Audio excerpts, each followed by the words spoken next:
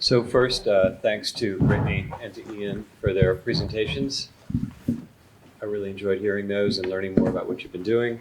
We have about 10 minutes I'll ask a couple questions and then we can all get to the reception and you all can ask these artists anything, I suppose.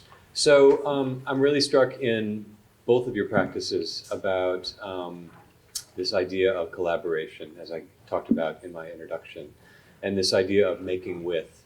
And if we go back to that kind of classical definition of poiesis, that activity in which a person brings something into being that did not exist before. And I'm really interested in that idea of the person. And as artists who collaborate with assemblages of mammal and insect and robot, and especially given that we inhabit kind of a milieu in which many of the same qualities of lacking interiority are ascribed to both our machines and the non-human animals that we coexist with. I'm wondering if you can talk a little bit more about the nature of that collaboration and how you see your role as an artist engaging with these other entities. Who would like to start? I can start. I think there's a certain point in my work where, I'm collaborating in a sense with a machine. I'm really making the instructions for it, but at the same time, learning a lot about how machines kind of operate and can or cannot execute designs that I make. At the same time, in terms of a person, I'm obviously the human in this equation, but there's a certain point in all of my work where the insects really become kind of the operators and the controllers within.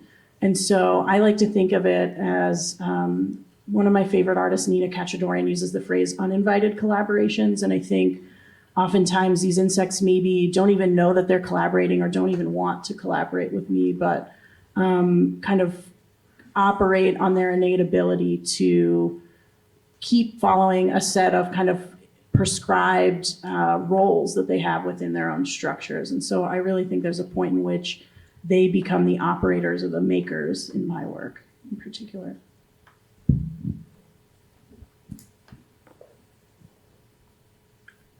Yeah.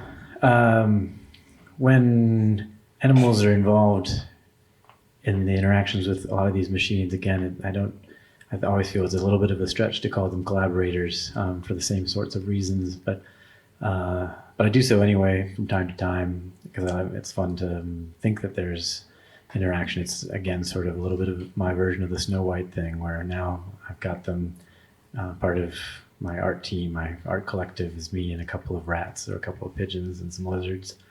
But I definitely am responsive to them. And again, because they will do things in response to the objects that are in their space, and I'm deliberately trying to create a linkage there. What happens does affect what gets made. So that's why I'm willing to think of it a little bit as collaboration. Is that in the space you're thinking about? Yeah. I'm also wondering about the rest of what Haraway has to say, where she is interested in these art-science hybrids, much like both of you practice, that are sympoetic practices for living on a damaged planet. And I'm wondering if each of you could speak a little bit about your work in terms of the larger challenges, artistic, cultural, technological, political, for art making in a time of radical and terrifying climate change. Sure. I think of my work as something that offers a lens for us to kind of reconsider ourselves. So I think that, we're obviously, and everyone in this room recognizes that we're in this time of we need to make an immediate change. But I also don't think we think of that on kind of this macro scale and what that macro and micro scales and how that impacts different species. So for me, my work is never really aiming to solve a problem necessarily, but really I think of it as a launch pad for thinking about yourself in this different way, that the same way that these insects that we want to eradicate from our houses are kind of eating something from the inside out, that we operate kind of in the same way and challenge our very human understanding of like we're solving particular problems, but in the same way we might actually be causing more. Yeah, I think it's sort of clear from both of our presentations that we're pretty interested in that subject, climate change and environment change and the way in which our technologies fit into that and how technologies and the natural environment, if you do create a dichotomy there, play against one another. I told you that rule number 14 is to work with local and abundant animals. Rule number 8 and 9 are to make it out of plastic and make it dirty.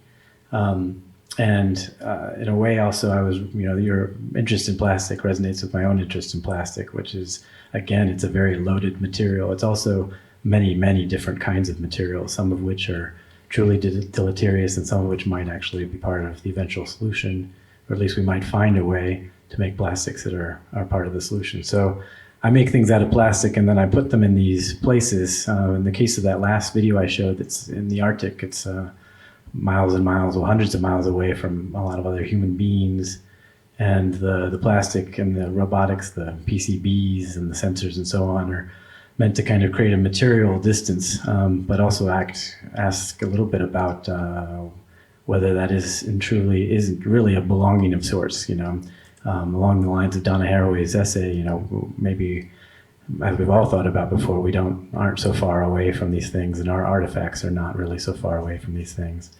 And it's ultimately, we were hanging out with this guy who was a Sami reindeer herder up there, and one of the things we thought might happen, because he said it happened usually during the season, is that a wolverine would kill a reindeer, and there would be a meat pile, and then of course that's what the ravens and magpies come to. But that didn't happen, which is a happy thing in some ways for the reindeer that didn't get killed, whichever one it was. But it did mean we had no meat pile for Nevermore Matic to kind of preside over.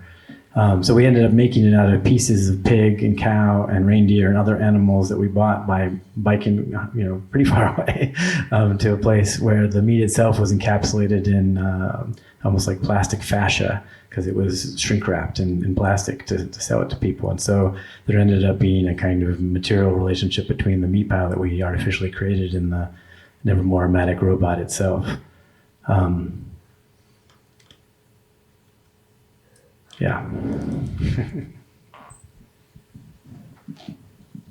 I guess I'll ask one final question. And you are both artists who have interdisciplinary practices, and you draw from many, many different fields of knowledge creation, and research. But I would like to hear you talk about what it is that art does that is distinct from those other fields, and what's important about exploring these questions from the perspective of an artist rather than an animal behaviorist or an engineer or an environmental scientist or a climate activist. Is it a difference that matters in how you define what you do?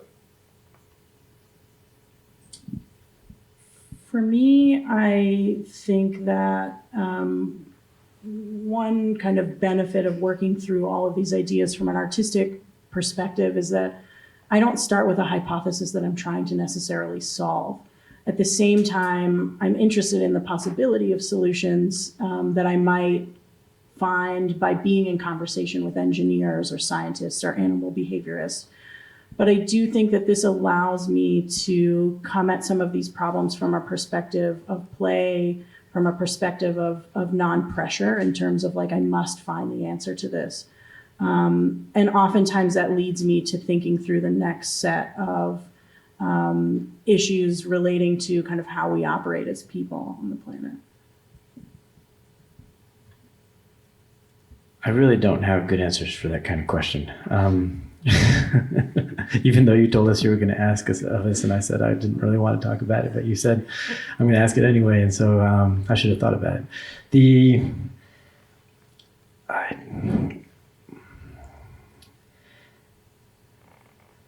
I guess I would say that while I do make sculpture and installations, I also feel that I'm telling stories, and that it's maybe more about the storytelling process for me and my own need to tell stories and the degree to which I naturally produce narrative out of the observation of animals. And that that storytelling, as much as I'm almost super critical of it, in fact, the critique of storytelling is kind of a cornerstone of my practice, and that I feel that we tell these fake stories. And there's a degree to which I'm also playing with the tropes of the nature documentary, and the degree to which we render animal lives into stories that we understand, and have been doing this for a while. And that nature documentaries tell lies, famously, you know, the lie about the Norway lemming and the idea that it commits suicide, which was actually just entirely manufactured, but then filmed because Disney said film it, and so the film crew made it happen by throwing lemmings off the sides of cliffs.